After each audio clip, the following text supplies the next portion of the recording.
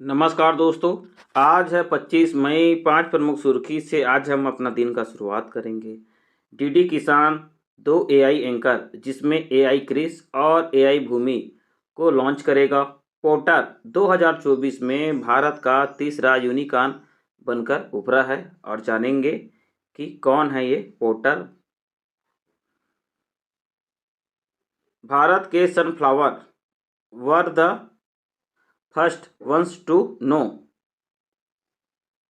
भारत के sunflowers were the first ones to know ने Cannes film festival में ला सिनेफ पुरस्कार जीता। जेनी एर्पेनबैक ने अंतर्राष्ट्रीय बुकर पुरस्कार जीता। और बुकर पुरस्कार आपको आगे जानने को मिलेगा कि किस क्षेत्र में दिया जाता है। ब्रो के प्रोजेक्ट विजयक ने कारगिल में REJUPAVE सड़क निर्माण तकनीक से सड़क बनाई है। तो चलो इन सुर्खियों को और भी विस्तार से जानते हैं। चक्रवात रेमल पश्चिम बंगाल और बांग्लादेश के तटों तक पहुंचने वाला है। IMD ने पश्चिम बंगाल की खाड़ी में चक्रवात रेमल के बनने का अनुमान लगाया है। उष्णकटिबंधीय चक्रवात कम दबाव वाले केंद्र, तीव्र पवनों और भारी वर्षा वाली तूफान प्रणालियां हैं। गठन गर्म जल 26.5 डिग्री सेल्सियस के ऊपर 5 डिग्री और 30 डिग्री अक्षांश के बीच। कोरिओलिस बल मौसम की गड़बड़ी, नमी और कम पवन के झोंकों की आवश्यकता होती है। संरचना में देखेंगे कि अक्षु शांत केंद्र, अक्षुभित्ति, तीव्र पवनें, वर्षा, रेन बैंड, सर्पिल, तड़ित, झंझा। इस प्रकार से ये जो साइक्लोन रेमन है ये बहुत जल्द पश्चिम बंगाल और बांग्लादेश के तटों पर पहुंचने वाला है। आज ही के दिन 1899 में प्रसिद्ध बंगला कवि काजी नजरुल इस्लाम का जन्म हुआ था। काजी नजरुल इस्लाम इन्होंने रिबेल पोएट विद्रोह कवि के नाम से जाना जाता है। एक बंगाली कवि संगीतकार थे जो विद्रोही जैसे कार्यों के माध्यम से समानता और न्याय की वकालत करते थे। गीतों और कविताओं सहित उनके लेखन में विद्रोह और प्रेम के विषयों को व्यक्त किया, जिसने बंगाली मुक्ति आंदोलन को प्रभावित किया। नजरुल पीक की बीमारी से पीड़ित थे, जिसके कारण उनका स्वास्थ्य गिर गया। 1976 में बांग्लादेश में उनकी मृत्यु हो गई। भारत के स्वतंत्रता संग्राम के दौरान सामाजिक सांस्कृतिक संगठन। भारत में स्वतंत्रता संग्राम के दौरान सामाजिक सांस्कृतिक संगठन परमहंस मंडली, दादोबा पांडुरंग 1899, वेद समाज KS नायडू और KC Sen 1864, Prarthana Sabha MG Ranade 1867, young Bengal movement Henry Derozio 1828, Indian reform association KC Sen 1870, theosophical society Blavatsky Olcott New York, Annie Besant Bharat.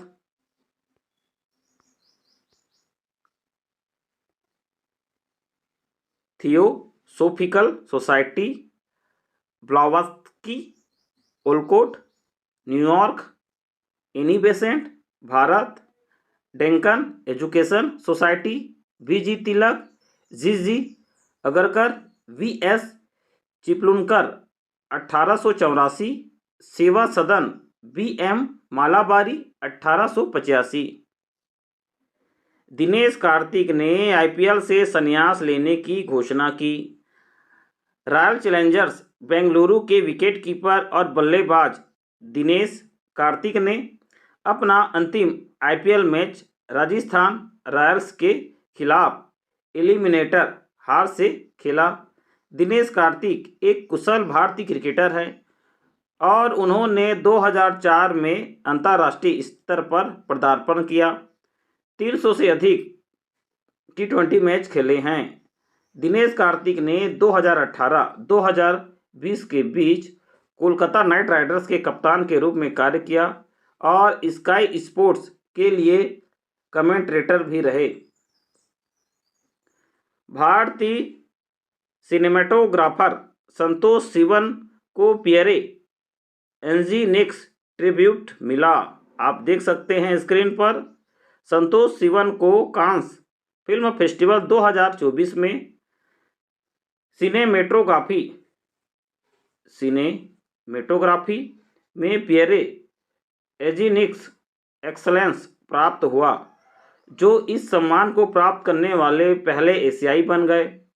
उन्होंने मणिरत्नम के साथ सहयोग और अंतर्राष्ट्रीय परियोजनाओं सहित 55 से अधिक फीचर फिल्मों के लिए कार्य किया।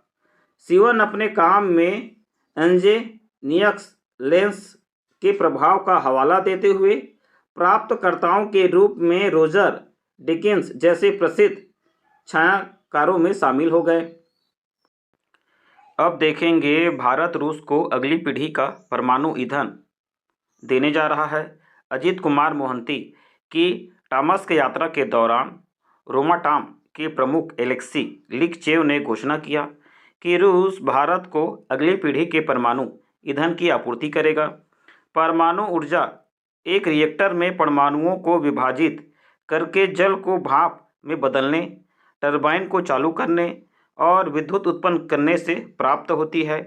भारत 6.8 गीगावाट की कुल क्षमता वाले 22 परमाणु ऊर्जा रिएक्टरों का संचालन करता है, जो देश के ऊर्जा मिश्रण में लगभग 3% का योगदान देता है। भारत की sunflowers were the first ones to know ने ला सिने पुरस्कार जीता।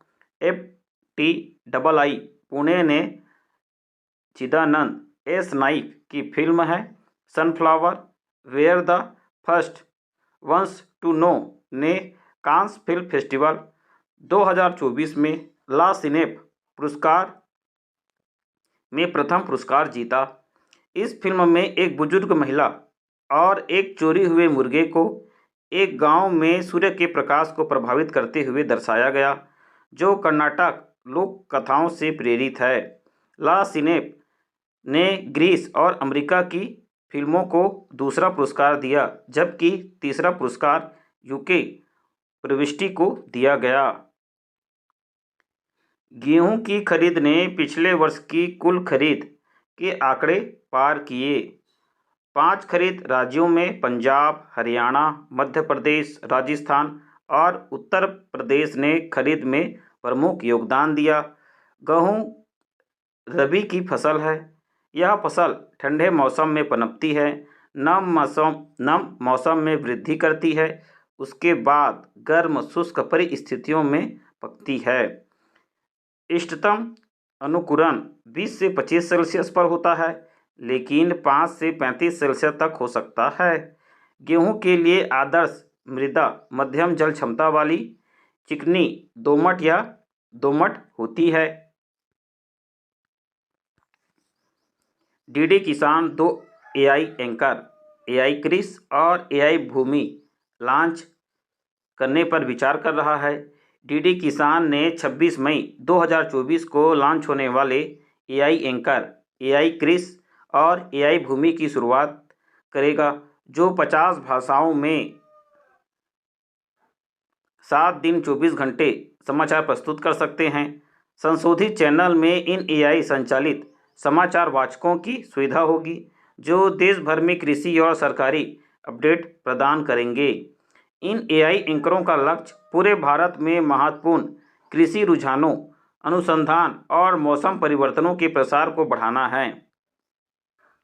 जेनी एर्पेनबेक ने अंतर्राष्ट्रीय बुकर पुरस्कार 2024 जीता। जेनी एर्पेनबेक ने और इनका उपन्यास है कैरोस ने अनुवादक माइकल हॉफमैन के साथ 50,000 यूरो साझा 2024 अंतर्राष्ट्रीय बुकर पुरस्कार जीता।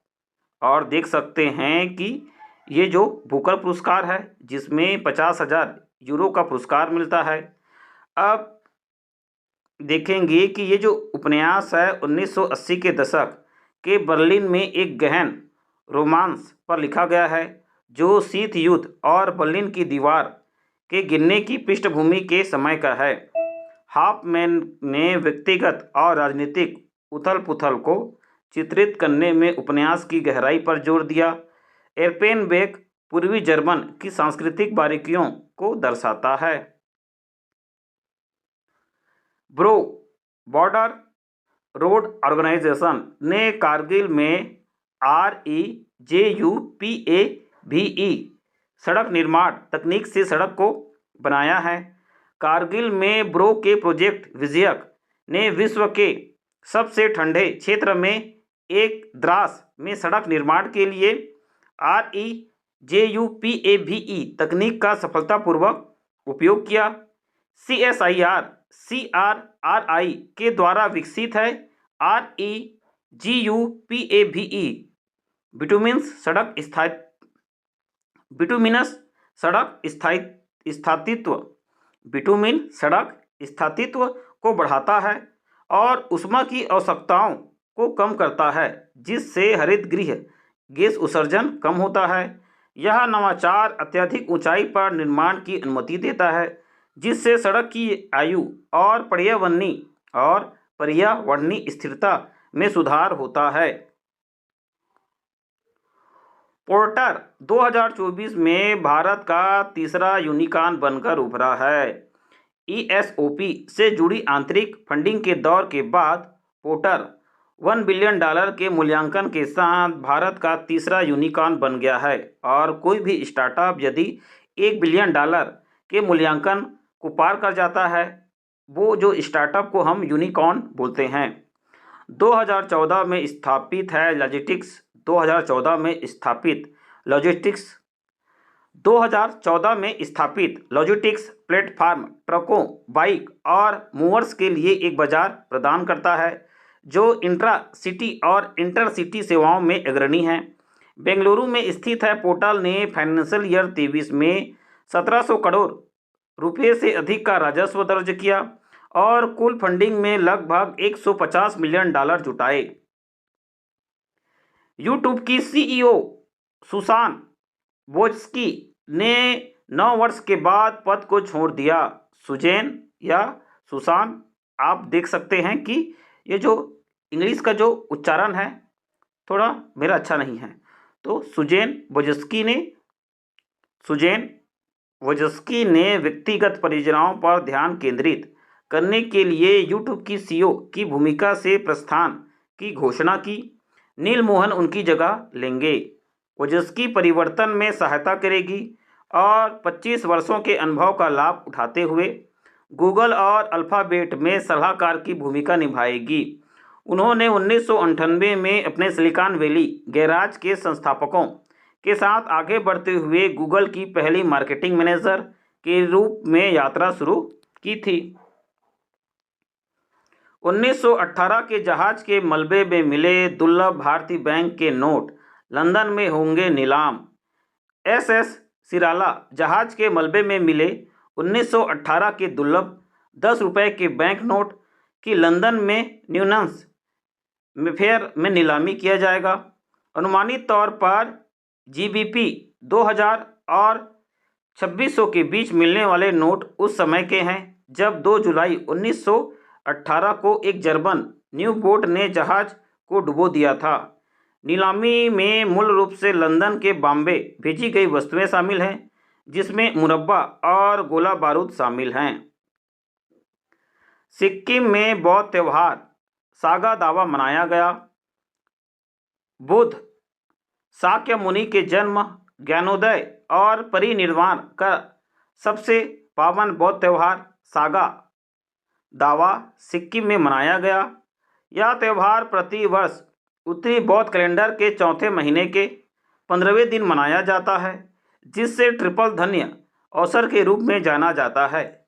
सिक्किम के राज्यपाल लक्ष्मण प्रसाद आचार्य ने इस दिन सिक्किम के लोगों को हार्दिक बधाई और शुभकामनाएं भी दिए हैं। राजनीतिक तनाव के बीच चीन के सैन्य अभ्यास ने ताइवान की घेराबंदी की। चीन की ताइवान कथित अलगाववादी गतिविधियों के लिए सजा के रूप में ताइवान के चारों ओर बड़े पैमाने पर सैन्य अभ्यास शुरू कर दिया। ऐसा ताइवान के नवनिर्वाचित नेता के शपथ ग्रहण समारोह के कारण हुआ। अभ्यास में लड़ाकू जेट, विध्वंसक और मिसाइल नौकाएं शामिल थी जो नकली हमले कर रही थी, जो ताइवान के नए राष्ट्रपति लाई चिंग ते के क्रॉस स्ट्रेट संबंधों को संभालने के लिए सीधे चुनौती का संकेत था। इस प्रकार से आज का ये करंट अफेयर का भाग 2 हो चुका है कंप्लीट। कल आपसे मिलूंगा नए रोचक तथ्यों के नए घटनाक्रमों के साथ। तो स्वस्थ रहें, मस्त रहें, पढ़ते रहें। जय हिंद।